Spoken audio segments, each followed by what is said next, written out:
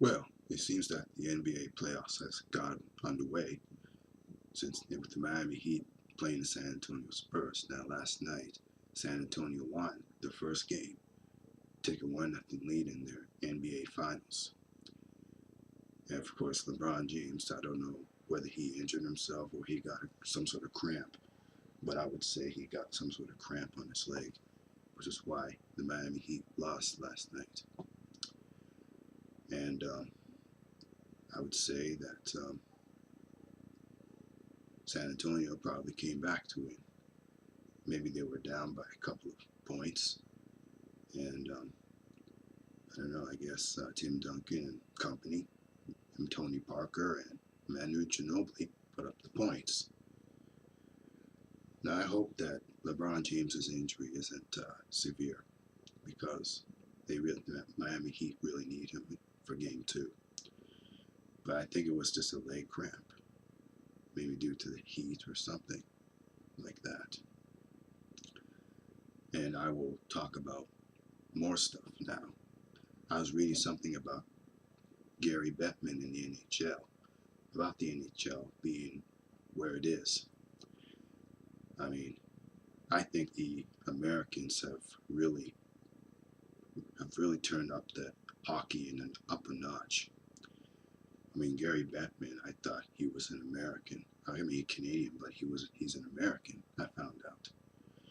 He's the NHL Commissioner. Well, what else is new?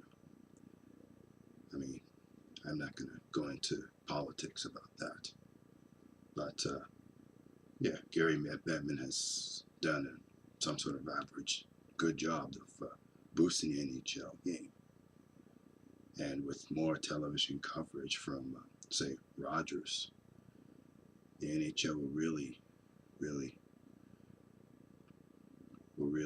be up there along with the NBA and the NFL. It's probably already up there with those two professional leagues. But because I remember back then, I mean, they only showed up in Canadian television stations. Most American stations didn't really care about televising the hockey games. They was only shown in Canadian stations. It used to be Canada's game. Now we're seeing the gap between Canada and the other countries, international countries like Switzerland, Sweden, Finland, the United States, and the other place, Norway maybe. I don't think Norway's not as strong as Sweden and Finland, but we're seeing not Germany either. They're not as strong as other countries like Sweden, Norway, Finland, Russia, the United States, Switzerland, Czech Republic. We're seeing this gap start to close a little bit. And now Canada, I guess, has its work cut out for them. It's just like basketball, in which in the NBA, which the Americans have dominated. But now other countries are starting to catch up. Canada has a very good basketball roster, and Steve Nash is going to do something about that. And I bring this attention to ice hockey, in which the United States is gradually catching up to Canada in regards of coaching and talent. Yeah, they're breathing down Canada's necks and right up to their doorstep. Canada and Russia and ice hockey are not as they're still at the tops, but they're not as dominant as they were back in the day. A lot of countries are starting to catch up,